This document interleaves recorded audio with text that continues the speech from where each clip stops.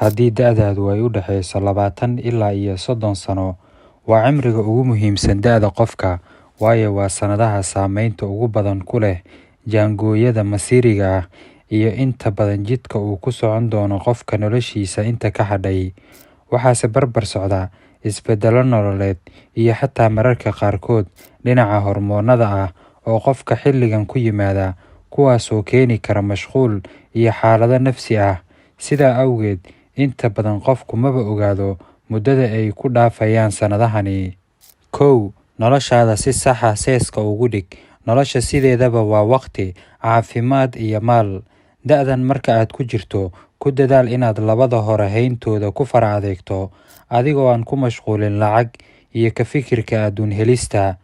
Xitaa shaqo inaad hesho ha ku lumin waqti, waayo way adag tahay in saddexdan arrimood aad mar qura wada hesho. Da'dani waa da'da waxbarashada, adkeynta caafimaadka, kobcinta aqoontaada guud, iyo dhismaha waayo-aragnimada. Ku fara adayg intaas, una diyaar garow waqti uu maalku iman doono, laakiin labadan midkood meesha ka bixi doono, taasina ay dhantaali doonto dadaal kasta oo aad yoolkaaga ku hiigsanayso. 2. Wax akhris. Waa da'da qofku naftiisa ku tababari karo dhaqanka uu rabo. Caadayso wax akhriska, xataa haddii ay noqonayso inaad ugu yaraan 2 ilaa iyo 10 bog akhrida maalintii. Waxaa laga helaa anshax wanaag, maskax furnaan aan xuduud lahayn, hab fikirkaaga oo toosa, garaadkaaga oo kobca, iyo inaad hesho xog aad u badan oo noloshaada jihaysa. Waxaa kasii muhiimsan in akhrisku uu kordhiyo kalsoonida nafta. Akhrisku wuxuu u baahdaa la qabsi, sidaa awgeed bilowgu waa uu dhib badan yahay. Waxaad taas kaga gudbi kartaa inaadan waqti gaara u samaynin. Akhri mar kastoo aad firaaqo hesho iyo meel kastoo aad joogtaba, ugu dambeyn caado ayuu kuu noqonayaa. 3. Wax dhagayso. Waqti fiican geli dhagaysiga iyo daawashada filimada dokumentariga loo yaqaano ee ka waramaya cilmiga, taariikhda ama waxbarashada. Sida oo kale dhagayso khudbadaha iyo doodaha la xiriira mowduucyada arrimaha aynu xusnay ee la xiriira iyo kuwa arrimaha bulshada lagu gorfeynayo. Caadooyin caafimaad. Da'da 30 sano jirka ka yar waa marka ugu fiican ee qofku jir ahaan iyo maskax ahaanba la qabsado waxyaabaha noloshiisa aan ka harin. Ku dadaal inaad caadaysato jimicsiga iyo jirdhiska, bara cuntooyinka caafimaadka u fiican, kana dheerow kuwa khatarta caafimaadkeena. 4. Safarka. Socdaalku wuxuu qofku ku kordhiyaa waayo-aragnimo, aqoon kororsi, niyadda oo furfuranta, bulsho aad barato, iyo caafimaad nafsaani ah oo fiican. U safar baadiyaha, magaalooyinka kale, iyo hadday kuu suuragelayso dalalka kale. Waxaa la sheegaa in sanadkii oo mar la safraa ay u fiican tahay caafimaadka maskaxeed iyo nafsadeed ee qofka. 5.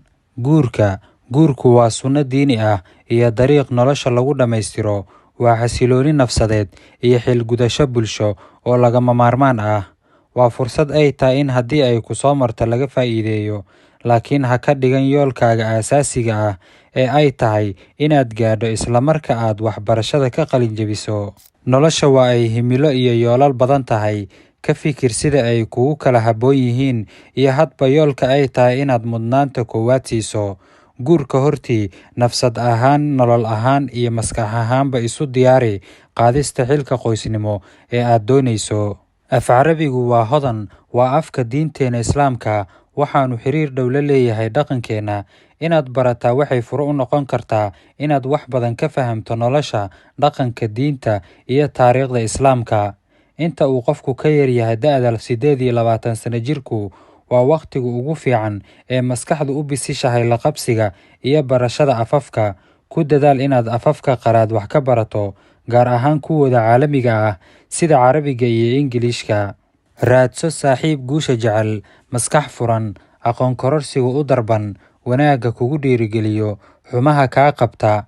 Saaxiib hankiisu fog yahay, garanayana inaydan u kala maarmayn rumaynta nolosha aad hiigsanaysaan. Haddaba walaalkay iyo walaashay, waxaan rajaynayaa inay talooyinkan aad idin anfacayn. Allah idinku anfaco, kuwii nolosha ku guulaystana Allah idinka wada dhigo. Nolosha keliya maahane, adduun iyo aakhiraba kuwii ku guulaysta Allah inaga wada dhigo. Inala wadaag qodobka sida khaaska kuu soo jiita ee talooyinkan ku xusan. Sidoo kalena la wadaag muuqaalkan walaalaha kale si ay uga faa'iidaystaan oo inoo sheer gareeya.